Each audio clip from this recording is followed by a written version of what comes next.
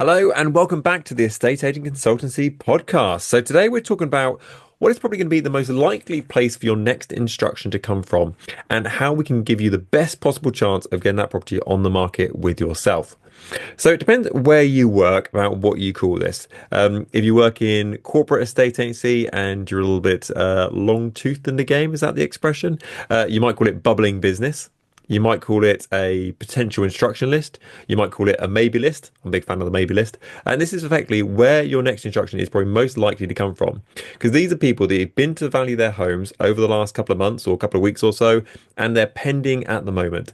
So there is something getting in the way of them coming on the market with you today. So you've been out, you've done the marketing, they've picked up the phone, they've called your estate agent's business, you've been around to value the property, and then the homeowners turn around and gone, yeah, great, okay, fantastic. We'll let you know, or we'll come back to you in the future, or we'll catch up when we're back from holiday, or we've got our school holidays coming up soon, we'll speak to you after that. Whatever it may be, there is something in the way of them where they are today and then coming on the market with yourselves tomorrow. And it's your job to basically fix that problem and to build that bridge over from where they are today to where they want to be in the future as much as you possibly can do. So really super easy way to do this. So you've probably got a list already. You've probably got a list of potential instructions in your business. So if I had a chat with you and say, great, where's your next instruction coming from? You would turn around and go, oh, it's probably Mrs. Jones. I went to go see her 2 weeks ago. Lovely old lady. She's just waiting to find her next property before she comes on the market. Great. Okay, fine. So what we then would look to do with that information is to create three columns. Column number one is going to be the property address. Nice and easy. We've got that part of it already. The next one is the problem. What is stopping them from going on the market today?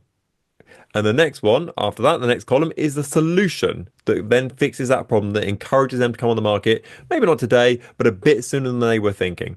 Now, I'm going to put a massive disclaimer here. There's some problems which are very hard to fix. If someone comes back to you and says, I won't sell my property until my divorce is finalised, unless you fancy becoming a divorce solicitor in the not too distant future, there's not a lot you can do. Your hands are slightly tied. You kind of have to just wait for that divorce to go through and kind of go from there. But let's take our example from earlier. So Mrs. Jones said, great, I'll list my property when I find the next property to buy or when I find a bungalow to live in.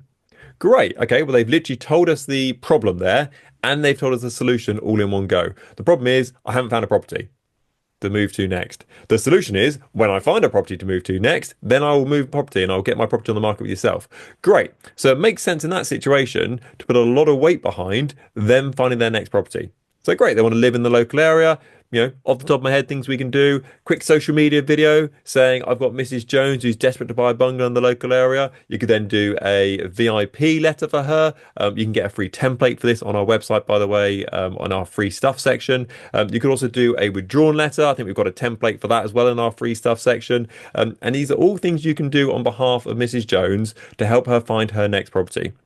Now, what I would say is one of the most important parts of that process is make sure you tell Mrs. Jones you've done it. Every single stage of that process, you should be making them aware exactly what you've done for them on their behalf.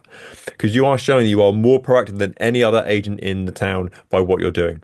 And there's no point you doing all that work and slogging away and social media videos and letters going out if you don't tell them what you're doing. And as a little bit of a warning, this will roll over into your personal life as well. So my partner will tell you anytime I empty the dishwasher, I tell her I've emptied the dishwasher. Anytime I empty the washing machine, I tell her I've emptied the washing machine. So it will roll over into your personal life as well. And your partner may want to kill you as a slight warning.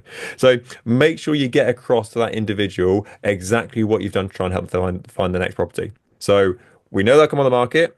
We know they'll come on the market when they found the next home, and now we're trying to help them find their next property, and we're keeping them posted on that sort of things as well. But there are also other issues as well. Let's say, for example, you went onto a market appraisal and you got on very well with with a man. Let's say, for example, let's go very sort of traditional with regard to relationship status, and you get on very well with them, and they go, fantastic. I just need to speak to my partner, who is at work today. And you think, oh crap, I didn't even have a partner. Sure, you should have asked this when I was booking in the market appraisal. We had a partner at all, and whether both decision makers were going to be in the property at the time. So you've now got a problem. So we've now got the property address. The problem is, I've never met Mrs. or I've never met Mr. I no idea who they are. I've never had a conversation with any way, shape, or form, and I've just spent the last hour and a half with the most amazing pitch in the world talking to this homeowner about how I'm the perfect agent to sell their property, and they've now said to me, "Oh, I need to speak to my partner about it." And you think, how much of that information is going to get across to Mrs. Jones in that situation? Probably your price, your fee, and whether they thought you were right or not. If they thought you were a dick, they'll probably include that as well. If they thought you're right, they'll probably include that in that sort of summary as well. So that entire hour and a half is going to be summarized into about 3 sentences between those sort of two partners. So therefore, we've got a problem. Only half of the partners think we're awesome. The other half have no idea we exist and are going to base their decision on fee and price alone, which is not a good place to be. So how can we fix this problem? Well, first of all, the obvious sort of flashing sort of elephant in the room here is when you book the next market appraisal for any other property, make sure all decision makers are in the property at the time of valuation. So therefore, you can get across your message to everybody who has kind of a say in the property going on the market. Second part you can do with this is go, great, okay, well, we're in the city, we are where we are. We've got Mr. who thinks we're great, and we've got Mrs. who has no idea who we are. Okay, what can we do to improve that?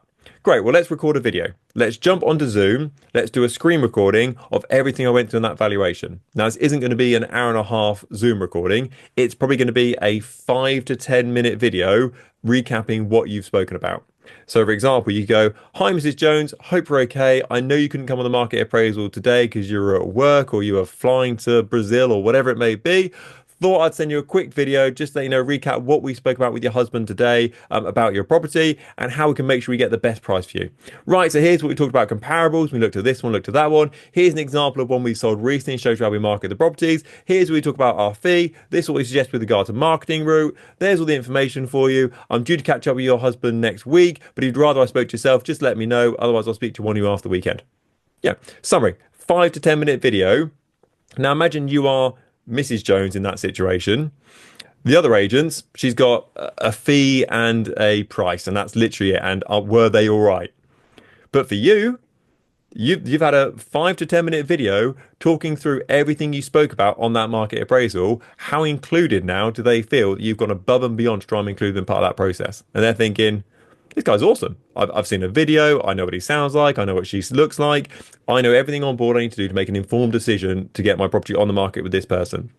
So it's not just about looking at the problems that are very much on the surface of, oh, they've got to find a property. Oh, they've got to get a divorce. Oh, they've got to wait for probate to be granted, whatever. Is looking at it and going, how can I put myself in the best possible position with everybody who has a say on selling that property to make sure I'm the standout choice? The other example of this is, think about a probate property. Chances are the person who has been sort of drawn the short straw to go around and see the property and meet the estate agents is either the family person who knows about property, or they're the one that the geography works out better than anybody else, and they just live closer to that property. Are they the decision maker? Do they have the sway of the opinion? Got no idea. But again, if we said, fantastic, it's been really nice to meet you on the property today, really nice to have a conversation with you. What I think would be really helpful, how about I set up a WhatsApp group between you and your family members, but invite me into that as well as your estate agent. I'll then send a video to all your family. I'll record it, as soon as I get back to the office, updating them about what I've seen of the property today, what we need to do before we sell it, what the next stages are, etc. They are not going anywhere else after you do that. Because every other agent is going to be, what's the fee? What's the price? Were they all right? Were they like, whereas Bob, on the other hand, Bob has sent us a custom video, which took him about 5 minutes to record, which lays out what a nice guy he is, how he sold property in the local area, how he's the local expert, what his marketing advice would be, what the price should be, what the fee should be. You've got it in the bag because every single person in that transaction knows exactly what they need to do and who is the contact who has given the most information to all the decision makers. So, points to do. Number 1, write your list out of all your properties you have potentially to come on the market with yourself. Probably going to be market appraisals last couple of months or so, I would have thought. Stage 2, what are the problems that hold them back from going on the market with you today? What would need to change for them to give you a call to go, great, let's go on the market with you? Third column, and the most important one, what is the solution to that problem? Is it finding them a property? Is it getting family members involved with kind of keeping up to date what's going on? Is it something to do with, improving the property? Is it getting them in touch with a plumber, or someone needs to do painting and decorating, or a person needs to clear the garden? What is the thing that's holding them back from going on the market with you today? And then throw everything, including the kitchen sink, at trying to fix those problems. Right, that's a wrap on today's podcast. I hope you have enjoyed it. I will catch you on the next one.